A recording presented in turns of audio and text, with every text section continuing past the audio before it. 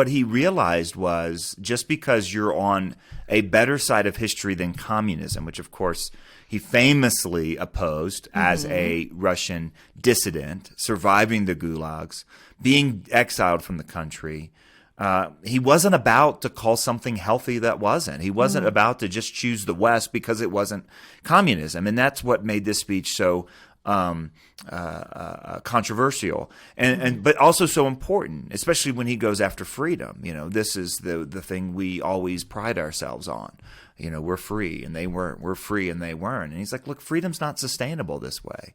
This is what Chuck Colson used to say: freedom without virtue is unsustainable. Os Guinness talks about the greatest enemy of freedom being a freedom that gets poorly defined into a freedom from constraints and a freedom from consequences. And that's what he actually points to. And the other thing that he does is he gives identifying factors. Like when you're a culture that's abandoned truth and you've turned freedom into, kind of unfettered freedom, he points to certain things.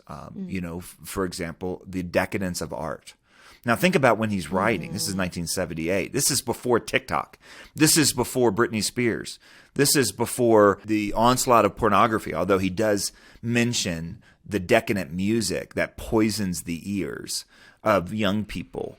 Can you tell me really quick, what did he mean by decadence? Because when I hear that, I just think it costs a lot of money. That's an interesting question. But no, what he just means is that it's basically poisonous. It doesn't point to anything higher. It doesn't point to it just basically titillates senses and becomes edgy for the sake of being edgy. Self-indulgent. Yeah, absolutely. Okay. He also then talks about the decline in courage. And that's a big part of it. And specifically that there's no prominent courageous statesman. And of course, gosh, one wonders what he would, think about today when you look at the two individuals most likely to be president and, from here on out.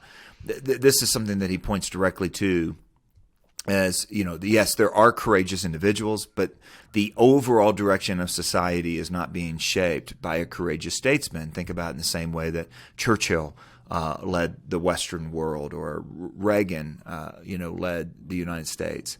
Now, it's interesting. He is saying this in 1978, and one might say that, okay, well, in at least the following decade in America, there is a courageous statesman that actually, stood up and was able to make an incredible difference. Not to mention in the UK with Margaret Thatcher, and even if you take someone like John Paul II as a statesman more than a religious leader, which of course he was both.